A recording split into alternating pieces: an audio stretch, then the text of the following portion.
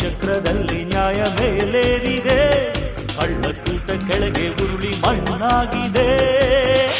ಚೋರರಿಗೊಂದು ಕಾಲ, ಶೂರರಿಗೊಂದು ಕಾಲ, ಸುಳ್ಳಿಗೂ ಒಂದು ಕಾಲ, ಸತ್ಯಕ್ಕೂ ಒಂದು ಕಾಲ.